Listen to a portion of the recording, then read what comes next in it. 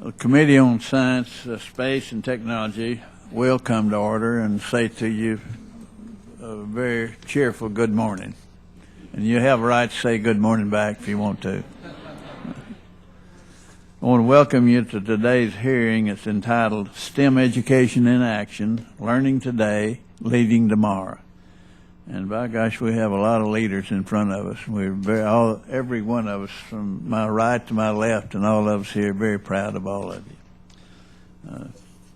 I'll recognize myself first for 5 minutes for an opening statement.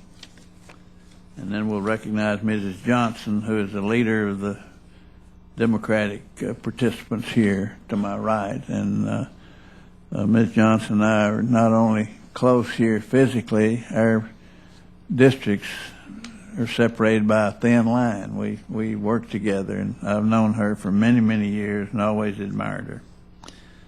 I'd like to welcome everyone here today for what's the first in a series of STEM Education in Action learnings. The purpose of these hearings will be to highlight various science, technology, engineering, and math, that's the STEM, education activities across the nation, their role in inspiring and educating future generations, and their contribution to our economic prosperity. Federal government is investing several billions of dollars on STEM education activities, primarily at the Department of Education and the National Science Foundation, but also in every agency under the committee's jurisdiction. However, there are numerous companies, foundations, nonprofit organizations, and other groups who are doing their own part and on their own dime to successfully promote STEM education and inspire our next generation of scientists, engineers, entrepreneurs, and our leaders. Today's bearing focuses on one of those successful and impressive initiatives, the Toshiba National Science Teachers Association Explore a Vision competition. This competition is open to students in grades K through 12. Students are asked to research any science technology of their choice and explore what that technology will look like in 20 years. Our witnesses today represent 4 of the 8 winning teams who, as a part of their prize, received an expense-paid trip to Washington, D.C., and we welcome you here, and we're happy that you received that. I congratulate, and all of us congratulate all of you.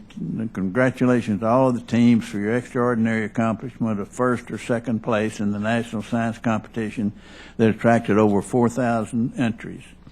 All of you are an inspiration to students, teachers, and parents all over and all around this country, from one ocean to the other. From 12:30 to 2:30 today, all teams will have their projects on display downstairs in the Rayburn foyer. I encourage all of my colleagues to stop by and spend some time talking to these incredible students about their impressive award-winning projects. This nation has always been the leader in innovation, and our children and grandchildren, like the ones in front of us today, are the key to our future success. I look forward to getting to know more about each of you, why you're moved to do the projects you chose, and what all of you, students, parents, and teachers, learned by participating in this competition. At this time, I recognize Mrs. Johnson for her opening statement.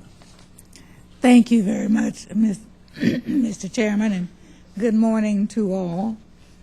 I want to start by congratulating the students who are here today and welcoming you and your teachers, parents, mentors to the committee.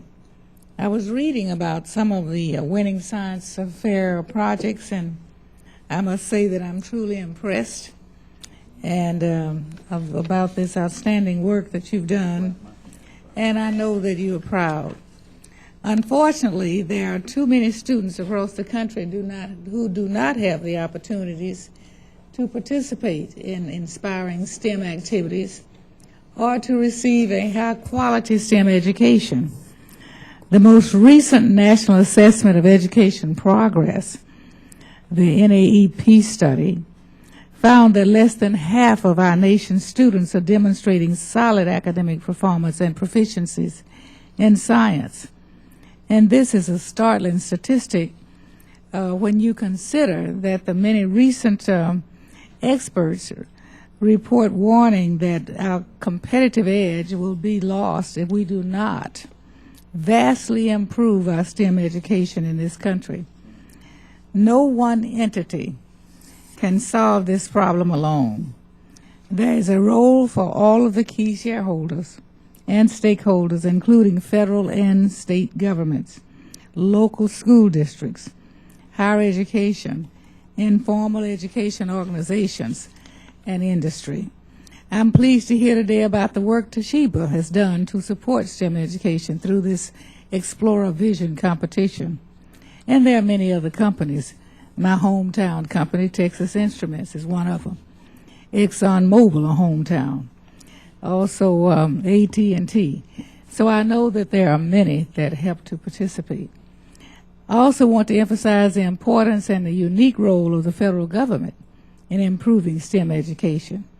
Many federal STEM programs, including those supported by the National Science Foundation and the Department of Education, are really making a difference in our universities, our community colleges, and K through 12 schools across the nation.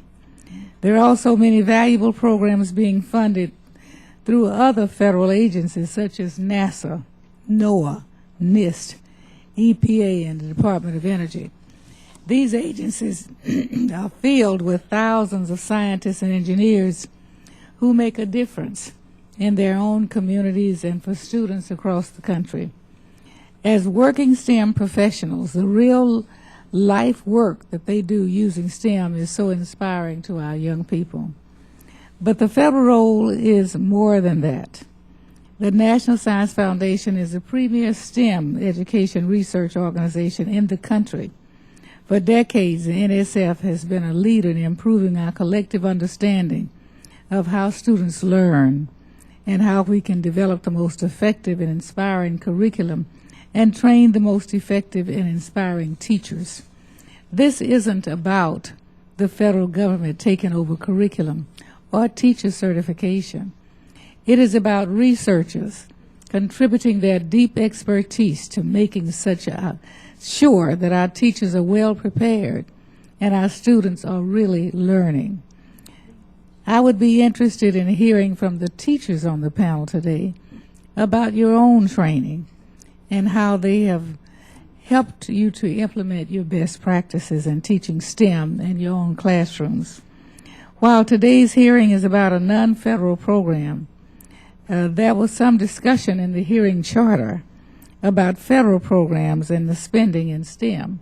So I just wanted to make a couple of comments about that. I hope you're not too quick to judge based on numbers alone. The OSTP, in response to Competes Act, is leading an effort to inventory current programs across the government to improve coordination and develop priorities going forward. Many of the individual agencies are also responding to recommendations from outside advisory groups and restructuring their education programs and management. While this committee should continue to be vigilant in ensuring that our limited STEM education budgets are being used as wisely as possible, as we have been for many years, I want to express my own confidence in the coordination efforts currently underway.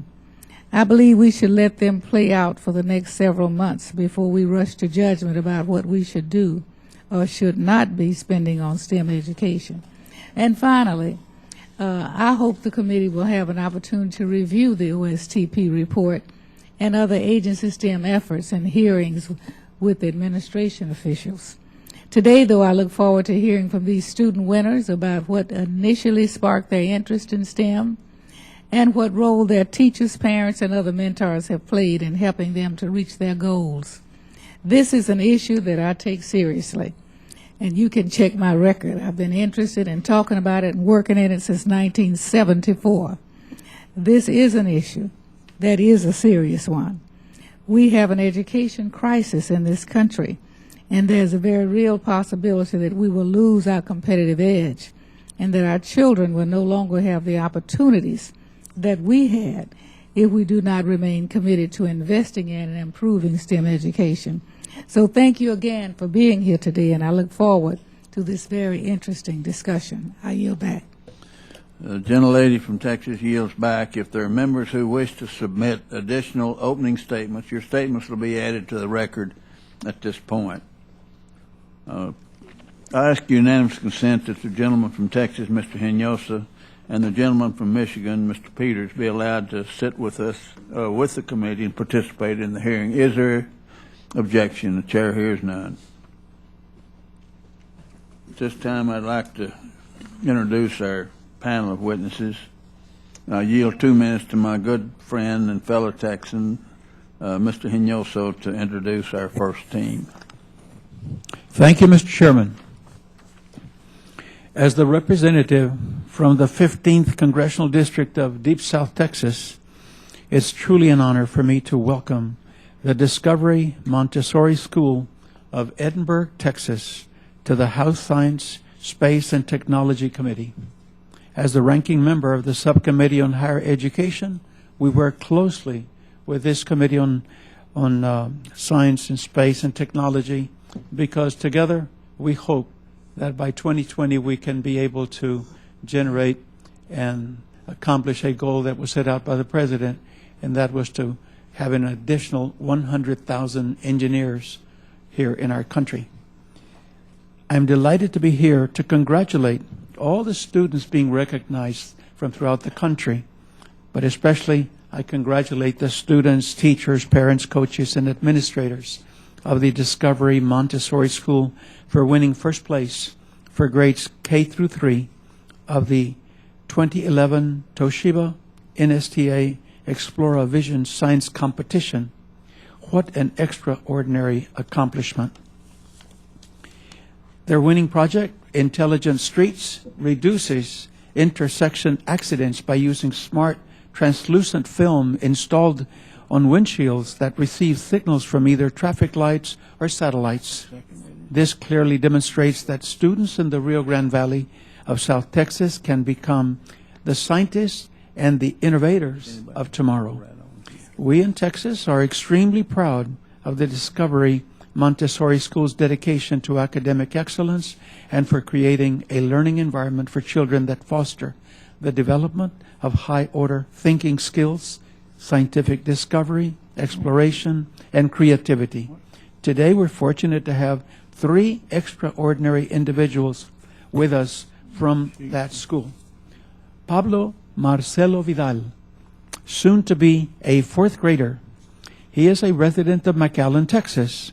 We also have the pleasure of saying that Marcelo started school at the age of 3 at the Discovery Montessori School. He is extremely passionate about science and math and belongs to the Bronx Aquatics swimming team.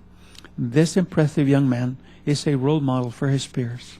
We also have Veronica Rego Martinez, the team's coach, is a graduate of the University of Texas at Brownsville and serves as the primary and lower elementary Montessori teacher. Ms. Martinez has a profound love for teaching young children. Dr. Karen Lozano, Pablo's mother, serves as Julia Becerril Endowed Chair of the Mechanical Engineering Department at the University of Texas Pan American. Dr. Lozano earned a doctorate in mechanical engineering and material science from one of our nation's best, Rice University in Houston, and has received numerous awards for her extensive research and exceptional teaching. Rita Caldwell from the National Science Foundation visited at UT Pan American and praised her as one of the best professors in the country. We welcome all of you today to today's hearing, and thank you, Mr. Chairman, for allowing me this opportunity. Thank you, sir, and you yield back your time. Yield back. I say to those out there who have Mr. Hinojosa as your congressman, you're very lucky. He represents his district well, and we're proud to have him, as we are you. And Jack, we're pleased that you brought your mother with you today, by golly. Actually, our second witness, Mrs. Brenda Conwell-Dudley, accompanied by her son, Jack, they're representing the first place national winning team for the 4th to 6th grade age group. Their winning project, the Heads Up helmet, is a military helmet designed to protect soldiers on the battlefield. Joining Jack and his mom today are his teammates, Abby Porter and Jovia Ho from Talbot Elementary School and Sidney Dayeni from Belmont Ridge Middle School. Jack is homeschooled and attends a Virginia Virtual Academy. We also welcome the team's coach from the academy, Mrs. Penny Harrison.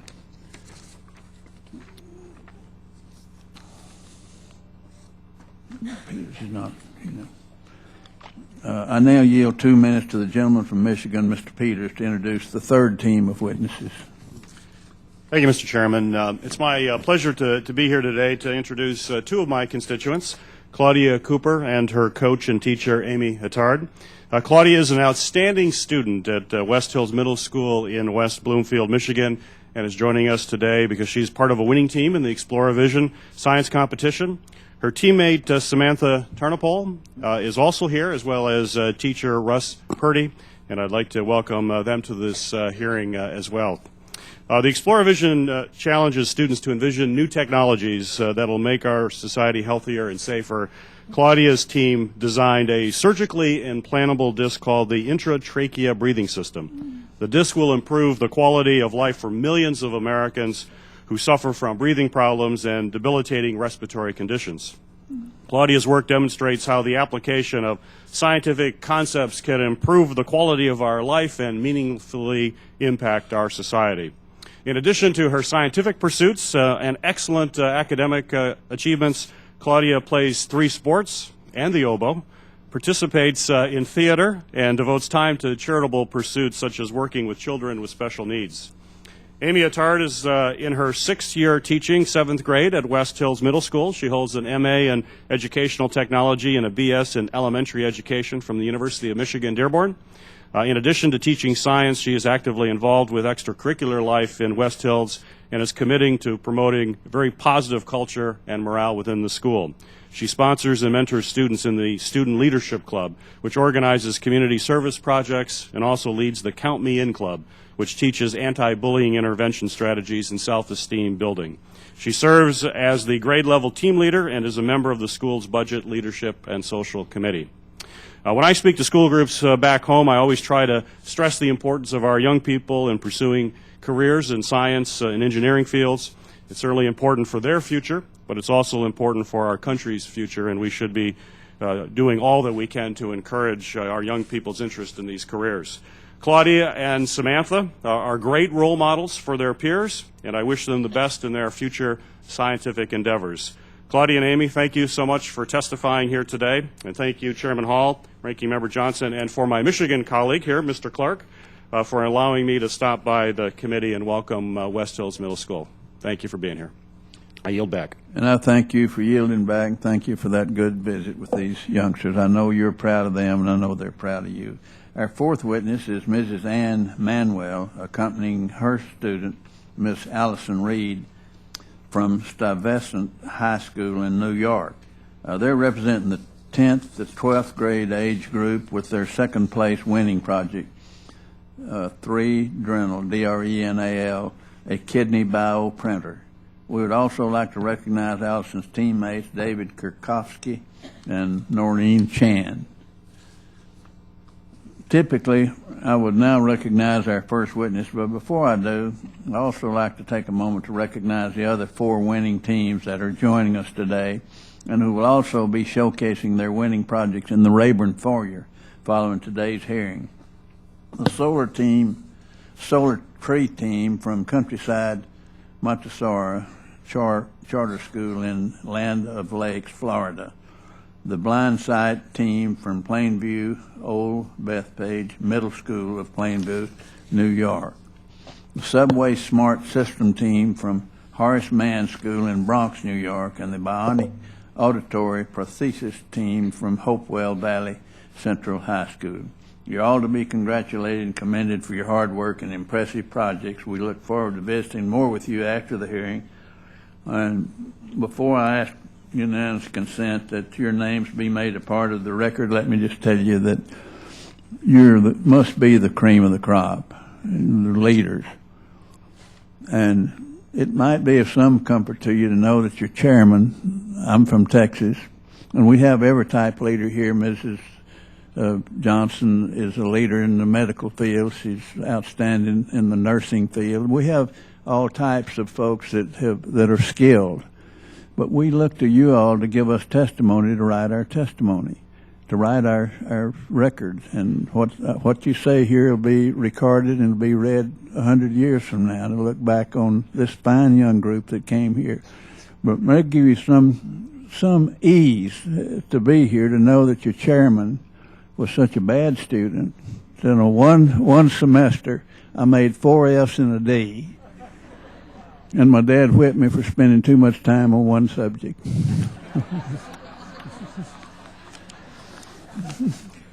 I ask unanimous consent that their names be made a part of the record, all of you. And as our witness should know, spoken testimony is limited to 5 minutes, so we won't just hold you to that. Try to stay it as much as you can. We're so honored to have you here. We'll go over, or if you want to give us back a little time, we'll accept it. But after which the committee will have 5 minutes each to ask questions. And I now recognize the first witness duo, Dr. Karen Lozano and Master Pablo Vidal. I now recognize Mrs. Brenda Conwell-Dudley and Master Jack Dudley.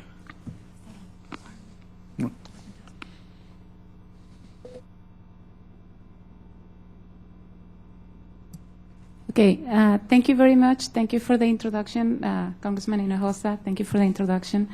I guess, as Congressman Hinojosa mentioned, I'm a professor at the University of Texas Pan American, and growing myself in a field that is underrepresented, by females. I was the 5th woman to get a degree in 25 years that my university had existed at the time in mechanical engineering. And when I went to Rice, I also realized that I was only the 5th woman to get a doctoral degree, in mechanical engineering.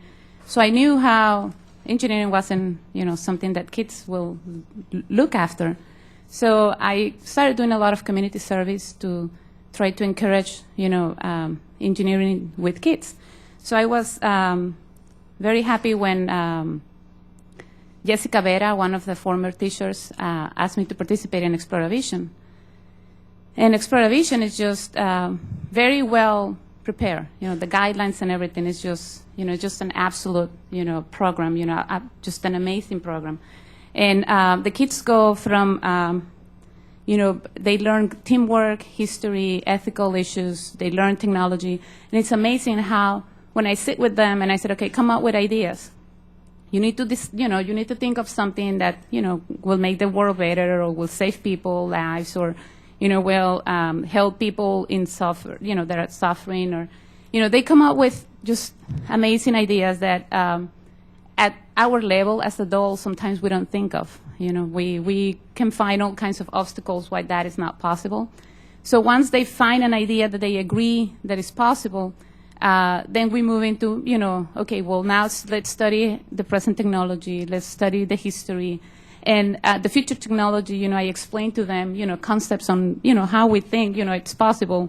Sometimes maybe I even think, that it might not work, but we have to explain the technology behind that idea, to them.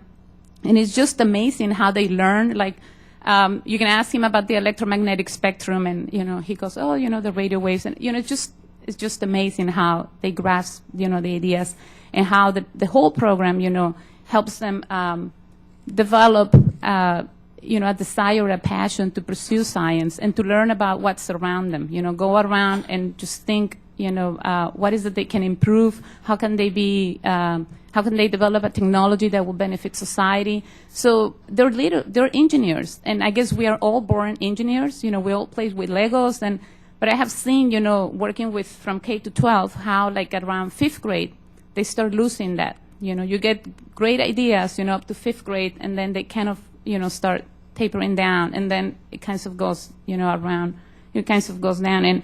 And I have implemented Exploravision guidelines within my college classes, the senior level classes. And I ask the students the same thing. I say, you're going to follow Exploravision guidelines, and this is your final project.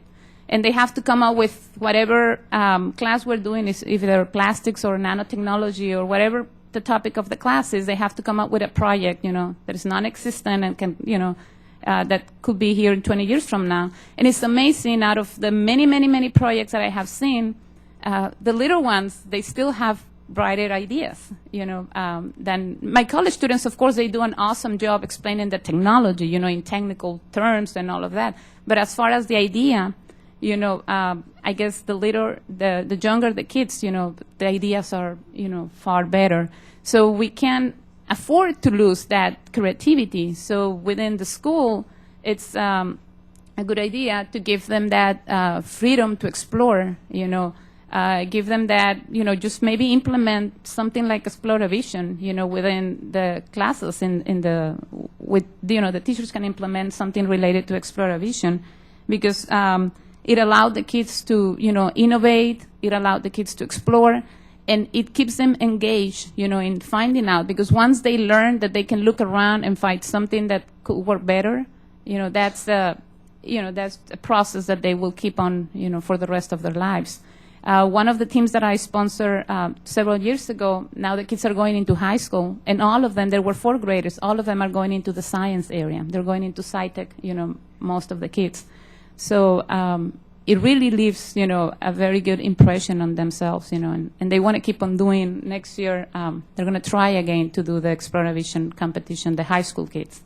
So I think it's a great model, that could be followed for science education. Thank you. And I congratulate you. You were right on the dot, 5 minutes. Now, Jack, is it okay with you if I recognize your mom? Okay. Brenda Conwell-Dudley, we recognize you for 5 minutes.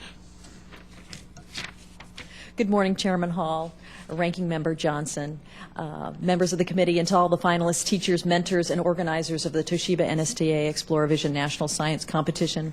On behalf of our sponsoring school, the Virginia Virtual Academy, our coach, Mrs. Penny Harrison, and our team, I'd like to thank the committee for inviting us to this hearing. This is my 2nd year as an Exploravision team mentor for the 4th through 6th grade age group.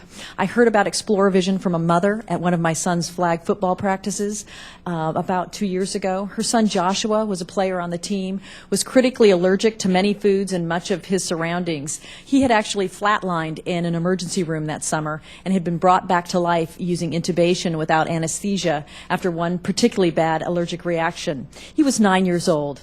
He was being treated at the National Institutes of Health in Bethesda for his condition. And while receiving treatment at the NIH, Joshua met another young boy named Colby Tomasello. Colby is a member of the 2009 Exploravision second-place national winning team, and he and his teammates designed an EpiWatch. It's a small, wearable, computerized watch that contains special codes and microneedles that instantly deliver painless doses of epinephrine when the wearer suffers an allergic reaction. After hearing about Colby's project and after visiting the Exploravision website, I was so impressed by what young children could invent that if the opportunity ever arose, I promised myself that I would encourage my son to participate. Not more than a week later, his school posted a notice in the student newspaper that they would be sponsoring teams for the first time. I immediately asked my son about participating. He agreed and invited 3 of his friends from the 5th grade to join. His 2010 team designed a food poisoning detection device, and it was lightweight, portable, and could be used to detect dangerous pathogens in food. Now we'd like to present background and information on our team and our project for members of the committee. Our team is comprised of 4 students who came to know each other through swimming. An important distinction with this year's team is that our 4 students represent 3 different schools. Jack was homeschooled using Virginia Virtual Academy's online 6th grade public school program. Abby Porter and Jovia Ho attend 5th grade at Tolbert Elementary School in Leesburg, and Sydney Dayani attends 6th grade at Belmont Ridge Middle School in Lansdowne. I'd like to take a moment to thank Virginia Virtual Academy for sponsoring our team and for giving us an unparalleled opportunity to work together. Male and female students, elementary and middle school students, homeschooled and brick and mortar public school students. I think our team represents the best of the collaborative spirit. And as we all know, collaboration in the field of science is how society will find solutions to the complex and very serious problems that confront us as a nation. Starting last September, our team began meeting every week for 2 hours. The team read news articles and news magazines to become familiar with current events and advances in science and technology. The team brainstormed and discussed multiple ideas over several weeks. The team communicated with our coach, Mrs. Harrison, using Illuminate Live's web conferencing program. My son frequently used this program for his online schooling, and it proved to be a great resource for our science team, too. Our team brainstormed several projects, and then Jack saw the picture of Specialist Robert Warren in the Washington Post. Specialist Warren is a soldier who suffered traumatic brain injury from an IED while serving in Kandahar, Afghanistan in May 2010. Jack selected the idea of creating a helmet that would protect U.S. soldiers from traumatic brain injury due to roadside bombs with a device the team called the Heads Up Helmet. The team's design features overlapping polyethylene plates, sophisticated heat and air pressure sensors, bullet and shrapnel stopping gels, and a 360-degree neck collar that inflates to protect the brain and neck in case of a bomb blast. The team further decided that they would take the proposed technology from the battlefield to the playing field in 20 years or less to help prevent the growing number of concussions in children and athletes with a device called the Heads Up headgear. Okay. Our team has learned a lot about working on an interdisciplinary project. They have learned how to organize and present their knowledge more effectively, and as a result, they have sharpened their communication skills. I am hopeful that participation in this competition will ignite an interest for members of our team in STEM-related fields. But I know that they have, at the very least, developed a better understanding of the world around them. And I'd like to thank the Toshiba Corporation for sponsoring the competition and the National Science Teachers Association for administering this event. Thank you very much. Well, thank you. You two are right on the dot. Y'all might set a record here today. I now recognize Amy Attard and Miss Claudia Cooper for 5 minutes. Thank you. Good morning, Chairman Hall and Ranking Member Johnson, as well as the other members of the Science Committee.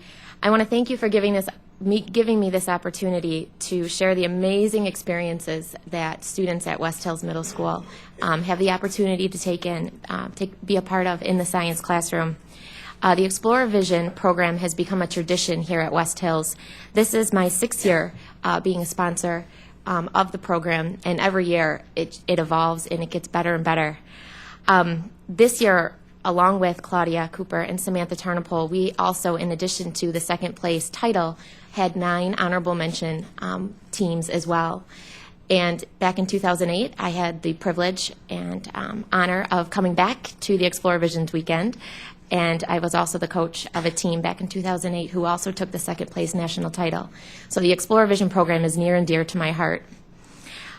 Over time, as I've carried out this program with the students, changes have been made to make it better, to increase the amount of science skills, math skills, engineering skills. And this year we really focused on the process of the program.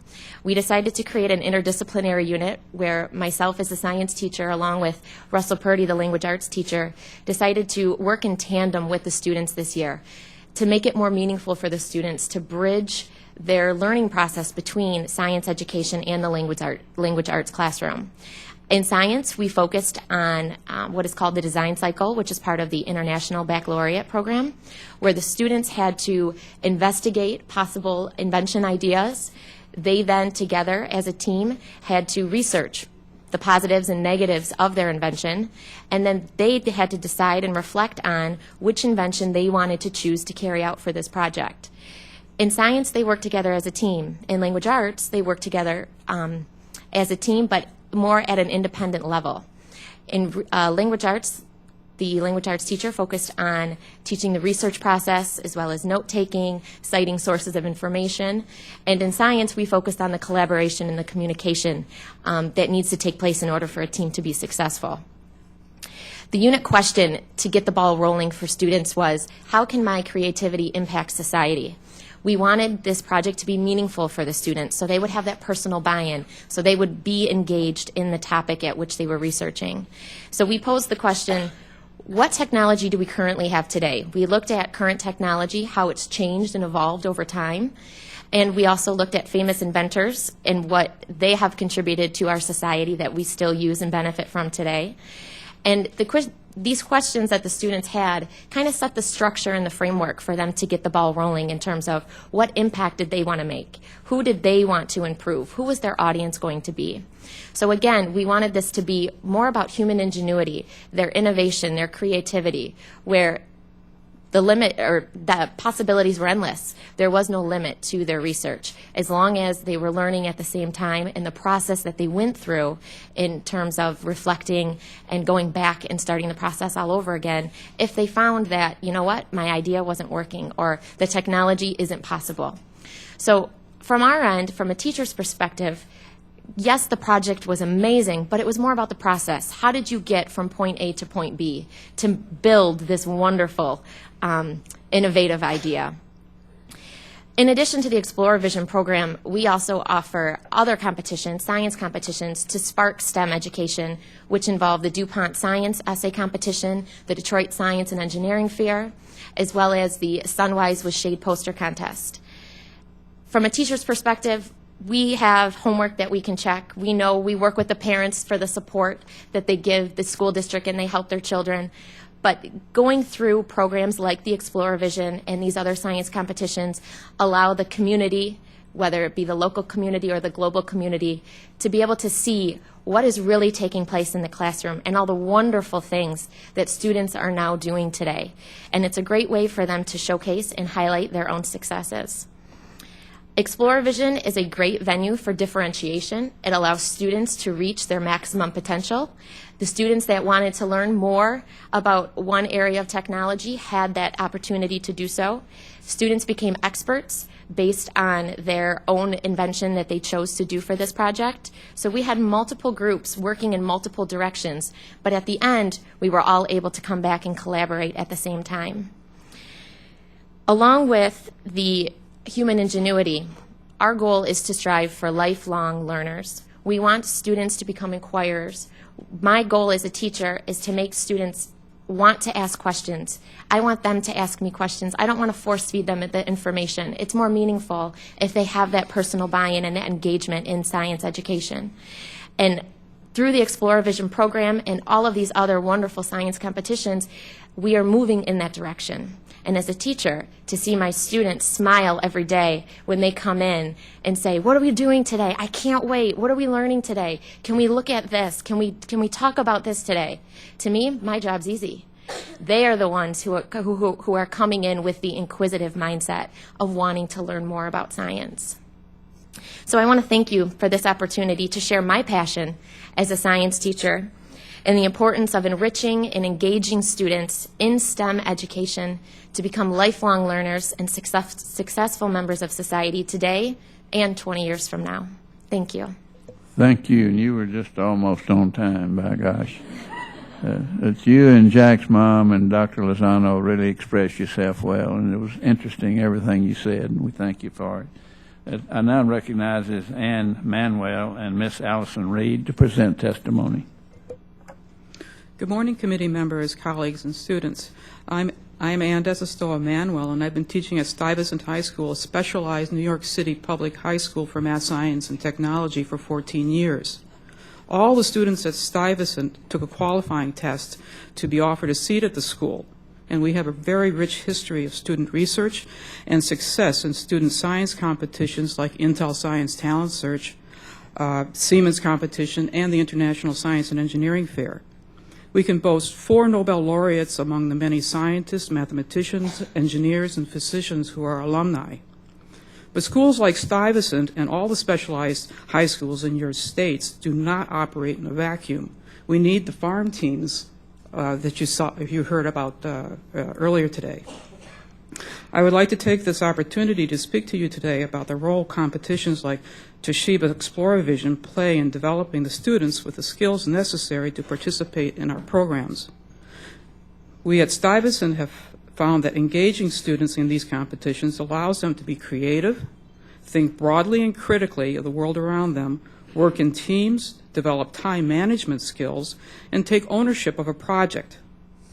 No one now at Stuyvesant remembers when Explorer Vision became part of the 10th grade research chemistry curriculum, but it was probably very close to its 1992 launch. The current chemistry teachers, Samantha Daves and Shen Shua Lee, have continued to use Exploravision as a powerful motivating force to develop student skills in thinking, scientific thinking. As you've heard, this Exploravision competition requires teams of students to take a current technology and push it 20 years into the future. Ms. Dave's teams bounced ideas off of each other, brought in classmates from other sections, grilled parents, consulted online sources for their choice of current technology to develop. The 3Drenal team of Noreen Chan, David Kurkowski, and Allison Reed took an article found by Allison's mother on bioprinting and combined it with what they knew about adult stem cells and signaling molecules and began to see into the future. Critical at this stage of the student's development, Ms. Daves divided the project into smaller tasks, established a timeline for completion of the various stages of their project. The 3Drenal team recognized their different skill sets and divided up the labor accordingly. Allison was the artist, David provided overall organization, and Noreen did background research.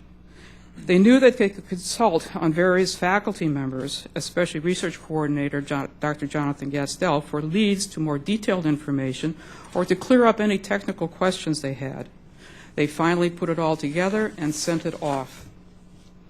On the day the awards were made, around school, around the computers at school, there were clutches of 10th graders eagerly waiting to see the results. They did quite well. 3Drenal placed first in the Northeast region, and both Dr. Lee and Ms. Day's research chemistry class had numerous honorable mentions. And there were many honorable mentions in Ms. Dave's regular chemistry class, which were not assigned the Toshiba project as required. The 3Drenal team and their classmates were pleased with the performance, but really the difficult part had just begun. The team had just 4 weeks to create a website to show off 3Drenal. They had won a Toshiba computer loaded with web design software, but they had little experience using it. Consultants were needed.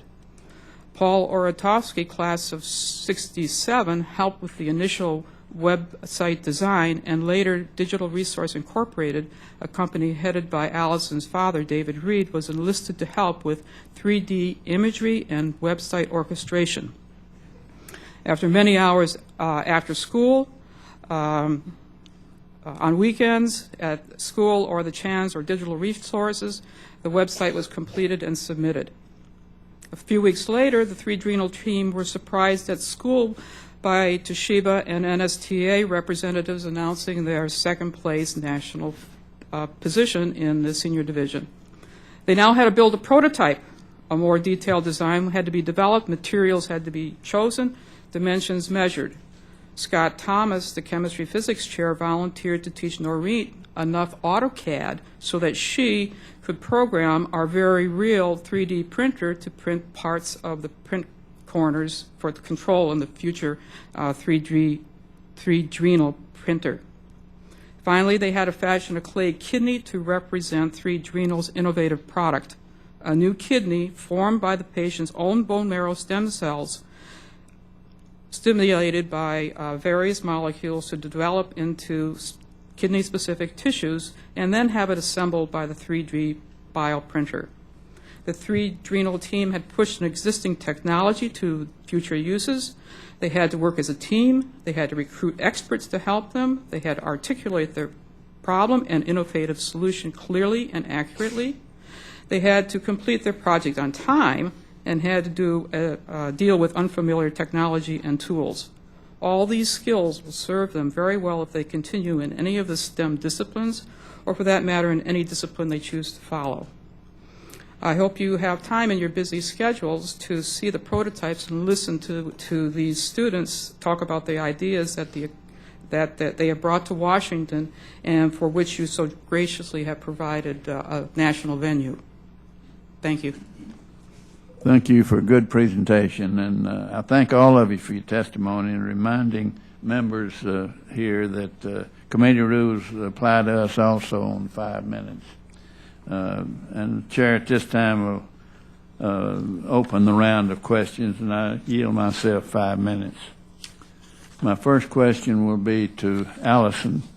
Allison, I think you're the senior member of all this group here. Is that right? That means you're the oldest. Is that right? Yes. Well, if you feel good to know I'm the oldest guy in the House or Senate, so we have something in common. Great. And I picked you to start with. You're what they call a rising junior. Does that mean you're going to be a junior next time? Yes, I am. I think I was a junior 3 years in high school. Do you and your teammates know what you really want to study in college yet? I'm actually not sure what I want to do. I feel like I have many options and pathways I can go down. I know that Noreen is really interested in becoming a doctor.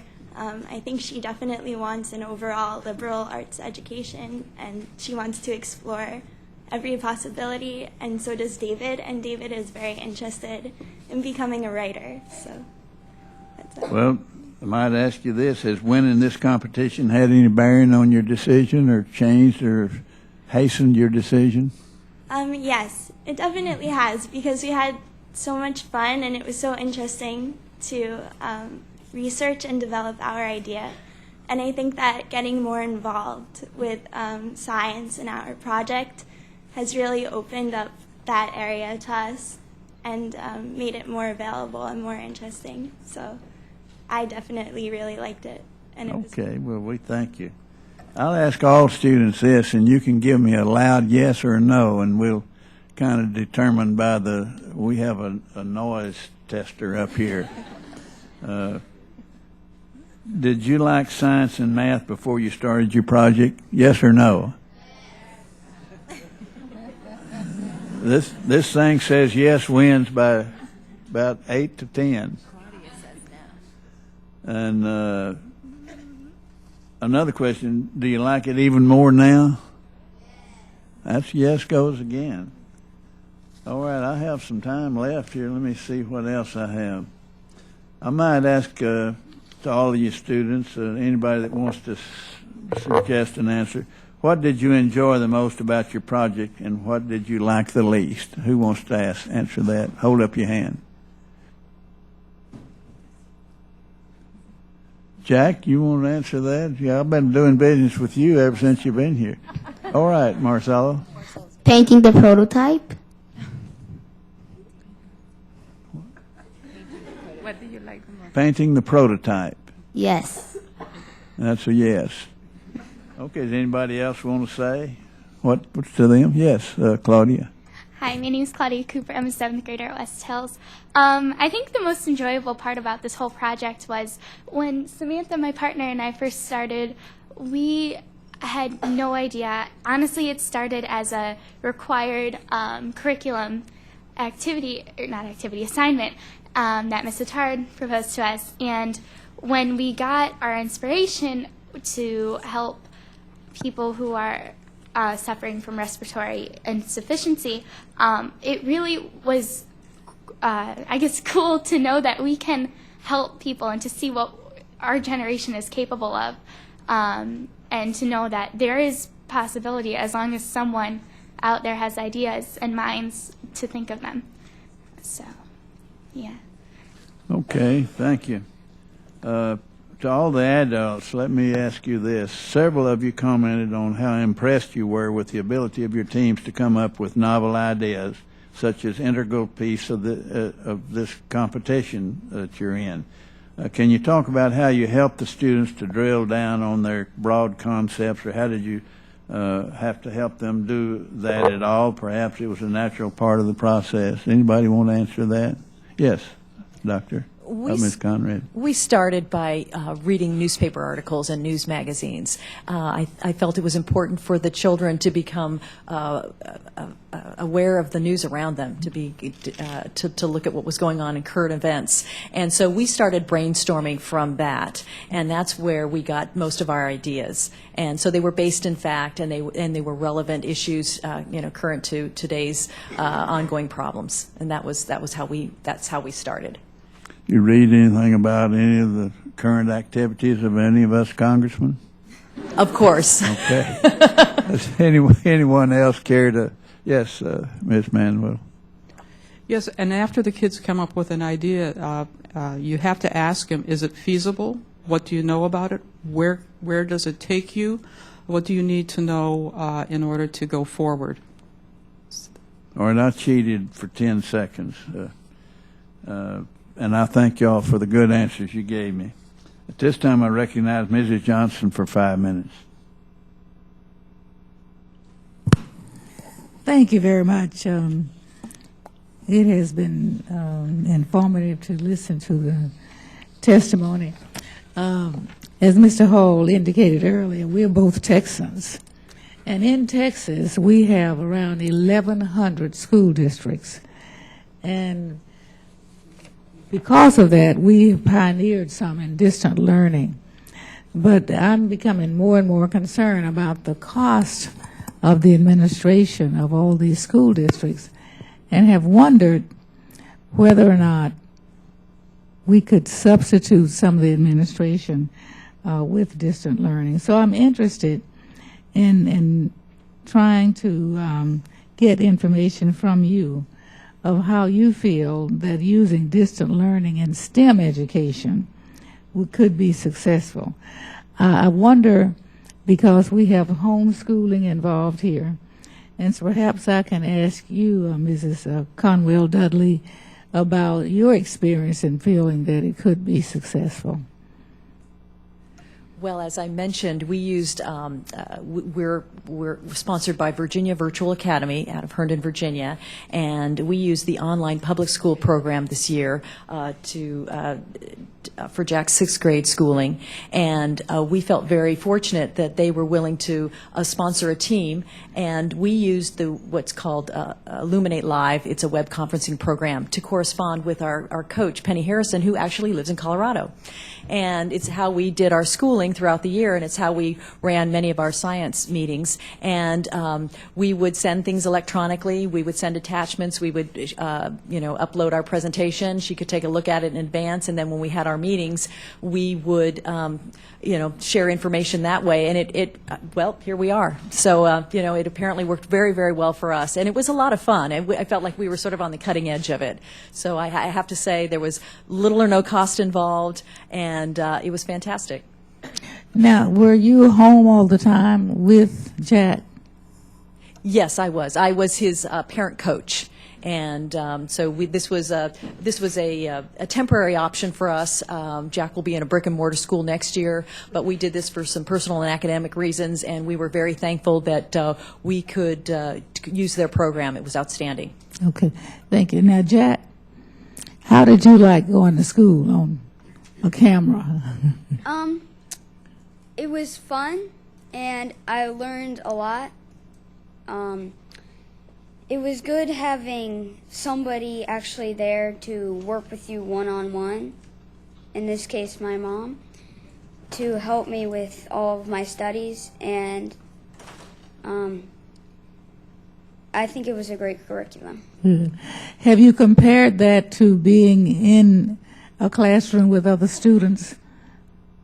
Well, we live in a neighborhood full of children who go to both public and private school, and I would have to say that I think my son's education was on par or perhaps even better in some respects. Oh, I'm a little biased. I'm just seeking, I'm not trying to criticize, I'm seeking information.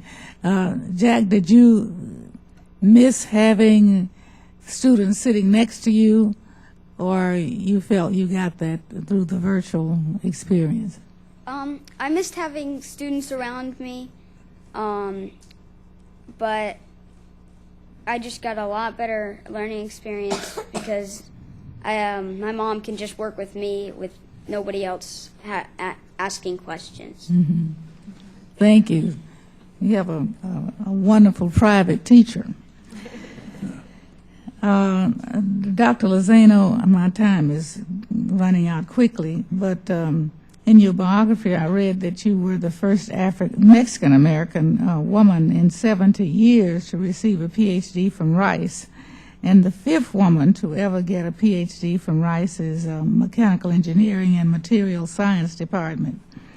The underrepresented representation of women is quite apparent, and minorities, and I wonder whether you are beginning to see any breakthrough, or whether you think it still takes a lot more outreach effort?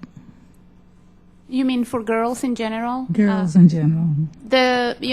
Girls somehow are taking over, in college, in most of the majors, where they were, I don't know, like a lot of the liberal arts and a lot of business, and there are now more girls than boys enroll in college, or in college in general, but in college in general, but in engineering, it's still no higher than 17%.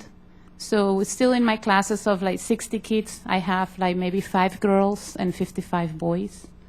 So still, I haven't seen any change since, 10, 15 years ago. So it's still, the girls make a lot less. And it's a very severe cultural stereotype. When you ask people, even boys, what does a mechanical engineer do? And everybody will imagine a hat and oil and boots and, like a dirty type of profession. And in reality, when I take them into my lab, I do a lot of tours for, at least 1,000 kids pass by my lab every year. And they're surprised to see that, so you actually deal with, prosthesis for the knee and the hip. And, so that doesn't have to do anything with oil. A mechanical engineer, we also do scaffolds for tissue regeneration. We need to take about mechanical properties for the cells to anchor and grow without falling down, and the scaffold has to sustain the load. And so they don't really know exactly what engineering is. So even though engineering is all around us, very small percentage of people know what is it. Even like, I don't know, my son plays piano beautifully, and I say, you could be the best piano player, but if the materials that are in the piano are not good, if the surroundings of the room are not well prepared, you will sound awful. And engineers are around all of that, but you don't really see them. You go to the doctor, and you see the X-rays and MRIs and laparoscopies and everything, but you see a doctor, but you don't see the engineer that was behind all that development. So we really never see what engineers do. And every time I went to Barnes & Noble and kind of just went through books, and I found engineers are either the ones that drive the trains, or in the kids' books, or there's this astronaut, and they said astronaut, and right behind there are 2 guys carrying a case, and it says engineers. I said, man, those are the astronauts, are the engineers. So really the profession hasn't really been attractive, to kids. So we still have to do a lot too. And this is all engineering, the creativity that comes with exploration. That's basically what engineering is. Just be creative, use science knowledge to develop a technology that you can benefit society. So, thank you very much. My questions were within 5 minutes, Mr. Chairman. I didn't promise the answers. Thank you. The lady's 10 minutes is up. Now recognize, thank you for that was a good answer. We would have tapped here saying, please start slowing down, but thank you for a good answer, honorable answer. Recognize Mrs. Fudge, the gentlelady from, Mr. Smith, Lamar Smith, gentleman he's chairman of the Judiciary Committee from the state of Texas. Thank you, Mr. Chairman. Dr. Lozano, thank you and Marcelo for making the trip up from South Texas. We don't mean to be picking on you today, but it's probably no surprise that those of us from Texas are going to ask you questions first. And I'd like to do so, but then invite the other witnesses to comment if they'd like to as well. I have sort of a general question with a specific question component to it. And the general question is, well, maybe I should say you've already provided part of the answer, because I understand you've developed a science and magic show for K through 12th grade. I wish you could have shown that to us today. That would have been fascinating, I'm sure. But it seems to me that that's one of the answers to the overall question about how do we attract young people to become interested in science and math. The figures have been mentioned, but we have about half as many young adults majoring in science and math today as we did 20 years ago, and the trend is not good, and other countries are picking up the slack, and we'd like to see our own American students start majoring more often in those types of subjects. So the real question is, how do we inspire young people? How do we get them interested in those subjects? And you showed us in a number of ways how that's possible. Let me go on and ask the more specific question that you might want to address as well as the general question. And that is, to me, one of the barriers we face is that of false stereotypes, that maybe children from broken homes or from lower socioeconomic backgrounds, or whose parents don't speak English well, or girls who are oftentimes thought not to be good in math. Those are the types of false stereotypes that need to be broken down and that will allow these young people to achieve their potential and give us millions of more young people who might major in the sciences and math. And I think part of the answer is better mentors and frequent tutors and inspirational and better teachers, more money dedicated to those subjects, and so on. But do you want to answer the question more generally as to what we can do beyond what you've already mentioned, and also how we can counter those false stereotypes? That's a very hard question. But I guess one of the things is to get leaders into the classrooms, professors, science teachers, get them into the classrooms. And I think National Science Foundation does an awesome job. Every grant that top researcher or gets from National Science Foundation, in order for you to get it, it needs to have the broader impacts, and the broader impacts has outreach within it. So you need to have a great science in order to be given the grant. But if you don't have that section filled, you don't get it. So, and that forces, everybody within the scientific community to outreach, to K to 12. And I think that's a beautiful model, what NSF does. I think, a lot of kids, they go into high school and they have never, as Congressman Johnson was mentioning, they have never been women. They have never been given the opportunity to see, what's beyond. So when they, for example, tour the lab, or when we go to the classroom, they give you thank you letters saying that I wish I could have known you 4 years ago, and I would have made very different decisions, about my life. And so I think, we just need to go back to the community and do a lot of that. There's no other way to, get kids, Hard work, dedication, commitment from all the adults involved. I think you're right. Ms. Conwell-Dudley, would you want to have anything to add to that? Yes, I would. Thank you. We live in Loudoun County, and I can't really speak to the counties that the other schools represent or reside in, but in fact there is a lot of interest in science and technology, and one of the things that pains me as a parent is, and I'll give you an example, I've been attending open houses for the Academy of Science, which is a program in Loudoun County that's open to all Loudoun County high school students. And I have been for the last 2 years, and I have been amazed that every spot in the parking lot is full when they have an open house. It's heartbreaking, really. And you get into the auditorium, and it's practically standing room only. And the really unfortunate aspect of this is that there are only 60 to 65 spots in this Academy of Science, and that yet there are hundreds of students who are interested in going. And I look at the auditorium, and these aren't kids who are being dragged out of bed in the morning. These are kids who are actually there with their parents, deeply interested in getting into this program. And yet they can't get in because the competition is so great. And there's only one program in Loudoun County that addresses the sciences and math in a really advanced way, and it is the Academy of Science. There are 60 to 65 spots. So when you look at the 15 middle schools that are feeding into that program, that's really an only opportunity of 4 kids per school. The solution is more programs. More programs, and whether it's if it's joining up with business, partnering with businesses, like you look at Loudoun County and all the businesses in that area. Aerospace Corporation, for one, is one my husband works with, but Boeing and Northrop Grumman, or maybe I'm misrepresenting the names because they're merging so often I can't keep up with them. But I'm sure that there are engineers in businesses located within our areas who could partner with the schools to bring science into the schools. To make it more readily available. Good idea. Thank you. Thank you, Mr. Chairman. Gentleman, time has expired. Recognize Mrs. Fudge from Ohio. Ms. Fudge for 5 minutes. Thank you very much, Mr. Chairman, and thank all of you for being here. Let me first congratulate all of the contest winners. You should be extremely proud of your accomplishments, and I'm very proud of you. I hope you all pursue some career in a STEM field. We certainly need you, and I'm looking for great things from each and every one of you. I'd also like to thank our chairman for holding this hearing, which clearly demonstrates the need for federal education reform and investment in STEM education. The schools represented here are home to brilliant young students. However, they also each represent some form of privilege or lack of accessibility.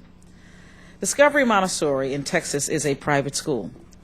Virginia Virtual Academy, while free to students living in Carroll County, Virginia, is a modern form of homeschooling and requires significant parental involvement.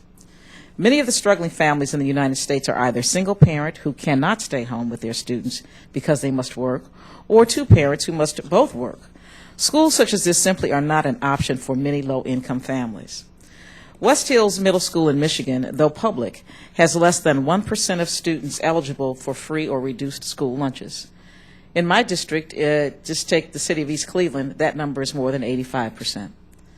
And finally, Stuyvesant High School requires students to take a standardized test for admission, which means expensive test prep courses for the students who can afford them, putting low-income students at a severe disadvantage. As a New York City public school, only 2.2% of students at Stuyvesant are African American. This number is incredibly low, especially considering that across all public schools in the city, 32% of students are African American. The numbers are even more drastic when you look at Hispanic students, who represent 40% of the students in the New York City public schools, but only 3% of the students at Stuyvesant. Clearly, this is not a level playing field, and I believe that it is our job to ensure that all students in this country have access to quality education and the opportunity to win a contest like Explore Vision. Now to my question, which is for Ms. Conwell-Dudley. Virginia Virtual Academy seems to be very effective in getting kids familiar with technology and interested in science. Do you think that there is some part of the curriculum which you use now in your home that could be transferred to students in the classroom setting that would have the same kind of an effect?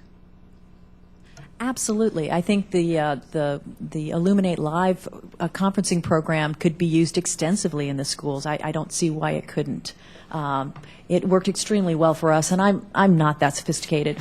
I'm not that smart, but I'm smart enough to know that our kids have got to be a lot smarter. And so, I'm going to do everything I can. And I really think this program and the web conferencing program would be a great thing for schools to use. Thank you. I want to again congratulate all of the brilliant young people sitting here today, young men and young ladies, for the work you have done. You have accomplished a great deal. I hope that someday you'll be sitting on this committee talking to young people just like you. Keep up the good work, and to all of you who have assisted and mentored and encouraged, thank you as well. Thank you. I yield back. Gentlelady yields back her time. Recognize Mr. Bartlett, gentleman from Maryland.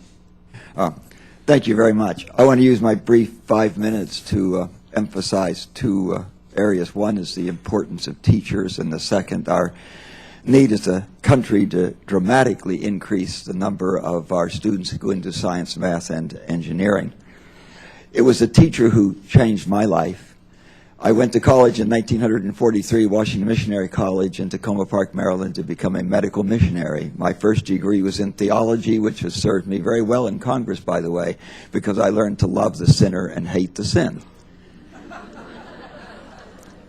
I was going to be a medical missionary, so I had to take some courses to go to medical school, and I had a really fantastic teacher, and I took all of his courses and enough other courses that when I finally graduated from college in 1947, that I had a major in biology, a minor in homiletics. That's theology. I had a major in biology and a minor in chemistry. I went on to get a doctorate in science, and I taught for 24 years.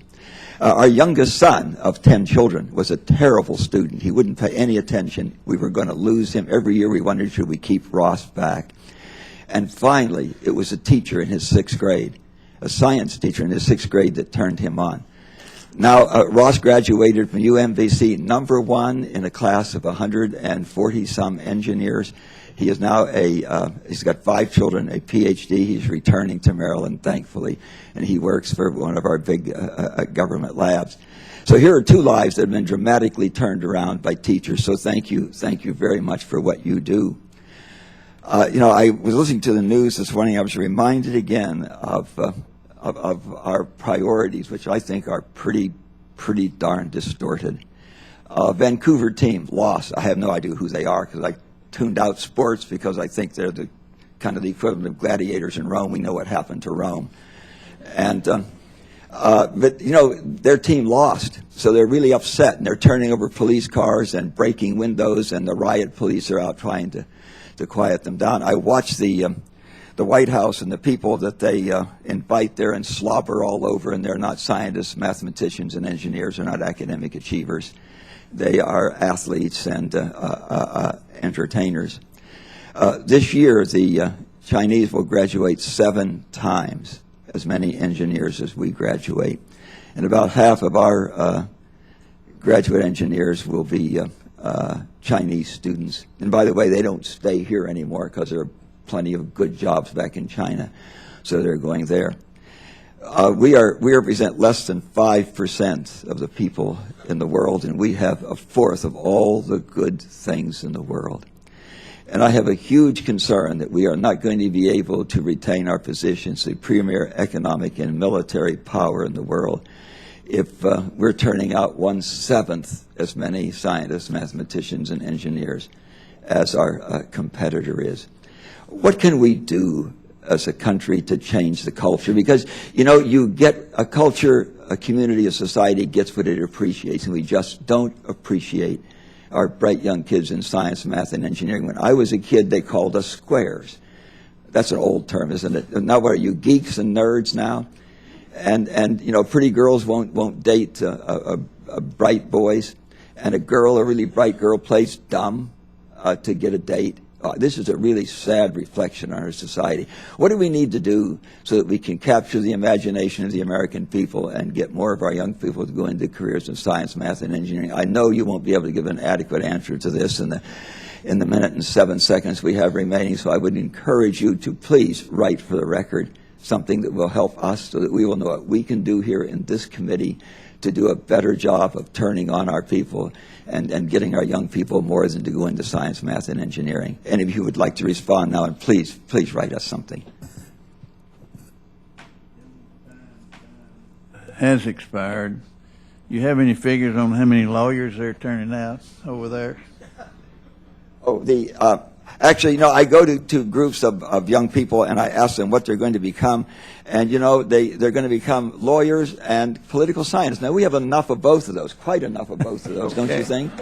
Yeah, we just need to turn that around, and as society gets what it appreciates.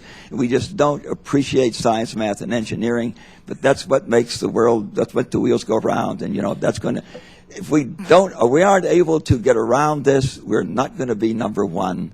Your point's made. Thank you, sir.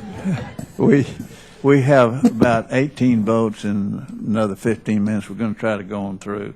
Mr. Clark, gentleman from Michigan, recognize you for 5 minutes, 5 quick minutes. Thank you, Mr. Chair. I'm from the city of Detroit. I represent Metropolitan Detroit. I'm on this committee at the recommendation of Representative Peters, who is right here, who's your member of Congress. And I just want to thank West Hills Middle School for making us really proud in Michigan. Just a little personal story. This is really to Claudia and to Samantha. When I was growing up in elementary school, I was one of the few kids that had asthma.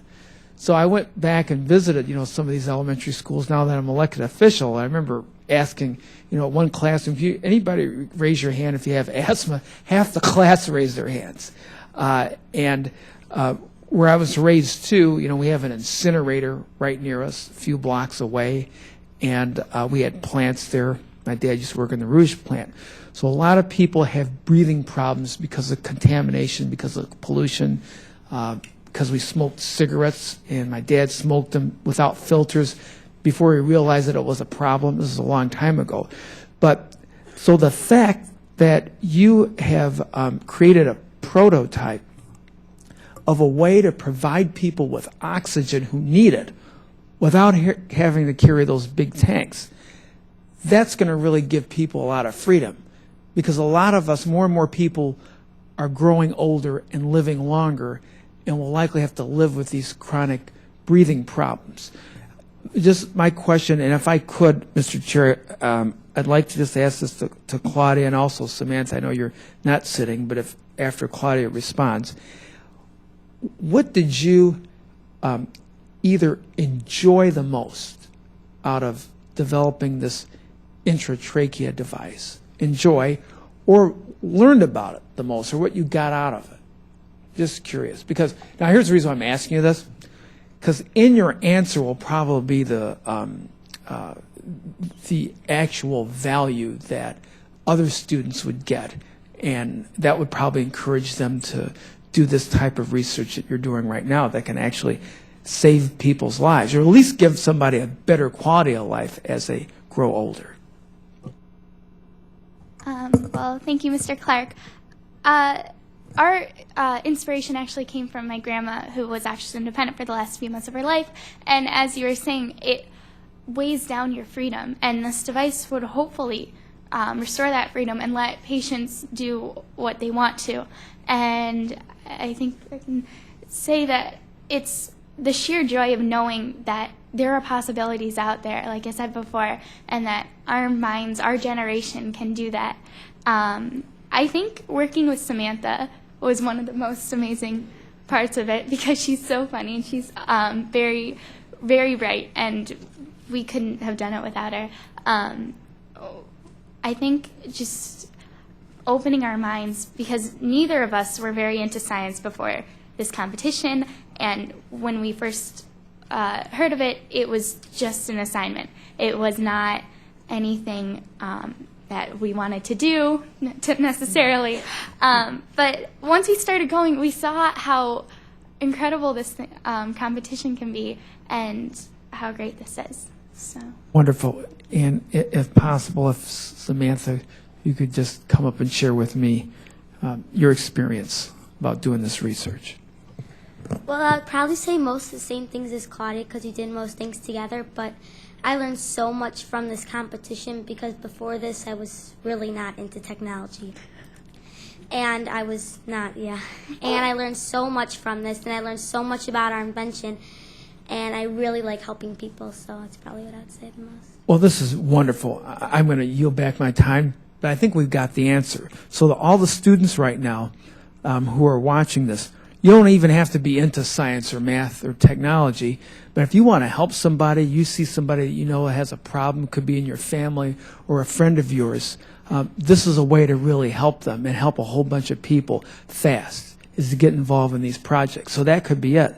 Let's not worry about the science and the math and the technology. Let's try to help people, and that way we can actually help our country. Thank you so much. And also, last point, I wanted you to testify so you get used to this, so when you come up here, if you choose to do this in a few years from now, you've already had the training. Gentleman yields back. Thank you, Claudia and Sam. They call you Sam or Samantha. Good testimony. At this time, I recognize gentleman from California, Mr. Rohrbacher, for as much of 5 minutes as he wants to use. Well, thank you very much, Mr. Chairman, and let me just note that I did not do well in math and science when I was a kid. And I wish I would have, and I think that if I'd have done better in math and science, that I wouldn't be here today.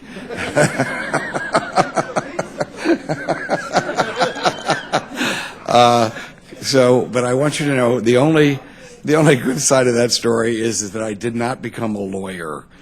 And in fact, when I ran for Congress the first time, my most effective slogan was, "Vote for Dana, at least he's not a lawyer."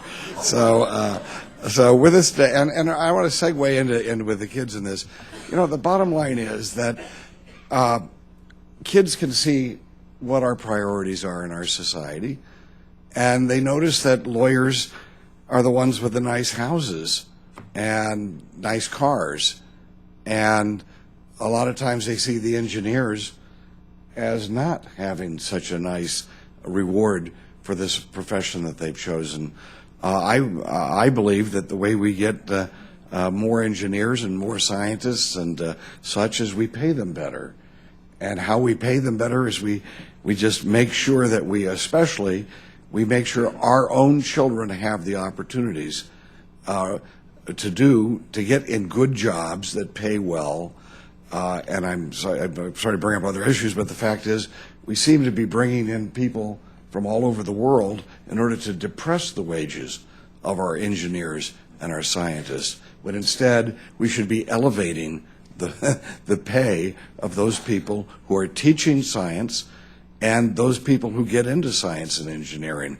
So that's just a couple thoughts. I also am a little bit concerned that movie stars and athletes, they make huge amounts of money, and everybody knows that. And people will begrudge an inventor the money that he gets from a patent. I mean, the fact is, it is a good thing for someone to invent something that changes the lives of so many people, and for that person to benefit by making a lot of money from a patent is a good thing. And you would not believe how much we've got here where the powers that be are coming down on these small inventors for insisting that they get a royalty for what they've invented. And there's a big patent fight looming right now in Congress where some of us are trying to protect the little guy, the small inventor, and there's other people, a lot of interest here, who are, protecting the interest of some big corporate leader who started off as a lawyer, of course. So, but with that said, I think that we can make scientists and inventors cool. And I want to ask the kids whether or not our engineers and scientists and people who are engaged in these type of things, are they considered cool by your fellow classmates now? Or no, they're not. I'm seeing heads shake.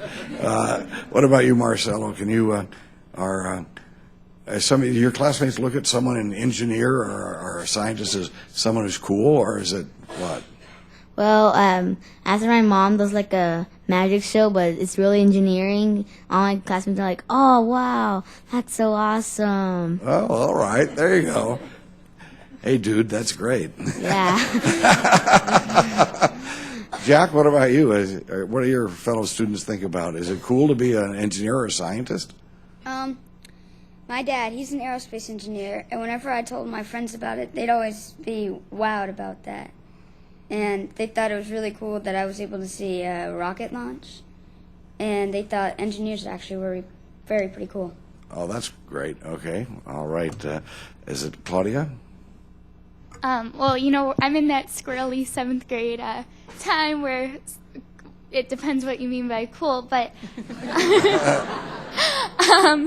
I guess Ms. Attard, when we first started the unit, showed us inventions that were created and asked us if we knew who those inventors were. And after she gave us the names, and we said, oh, yeah, that's kind of cool. And then, of course, he's before our time a little, but she showed me our first Bill Nye the Science Guy TV show. So I think that's what really triggered the minds, and bringing the competition into our school kind of set off. I mean, there were people who went home, they went on Google, they went on Bing, and they typed in who invented the microwave, and they'd come to school the next day and share it with everyone. So I guess that's kind of what the Okay. All right. Allison?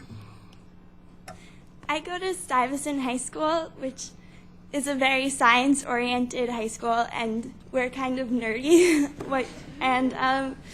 So I don't know if we really represent everyone, but to become an engineer, a lot of kids aspire to be a scientist, and a lot of our parents are scientists or engineers or doctors, and everyone admires their parents so much, and I think everyone really admires, and we think that scientists that's are cool. Yeah, being admired is cool. Yeah. And let me just say, I admire each of you, and my heroes are people who have come up with things that have changed people's lives for the better. And Too many times kids hear only the negative side, how horrible things are getting. Well, you should also know and be taught about what great opportunities we have to make things better, and you're the kids who are going to make it better. So congratulations for participating in these wonderful projects and all the good things you're going to do now for the rest of your life. Thank you. Gentleman's time has expired.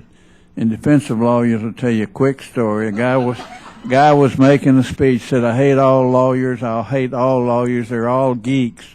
And a guy in the crowd said, "I object to that." And he said, "Well, I'm sorry, I didn't mean to offend you. You're a lawyer." He said, "No, I'm a geek." Chair recognizes Mrs. Edwards. Well, thank you, Mr. Chairman, and to the ranking member. I feel that there has to be some redemption because, you know, as my colleagues know, I spent several years as a systems engineer working on the Space Lab program at Goddard Space Flight Center, and then I became a lawyer, and now I'm in Congress. So it's a lot of redemption going on out there. But I am just so excited to see all of you here, your educators, your mentors, your parents, and of course the students. And I think when we ask ourselves, you know, are we going to be okay in the next generation, the next decades, I think we look at you young people and we know that we're going to be just fine because we'll be in your hands. And so thank you very much for your participation today and your testimony.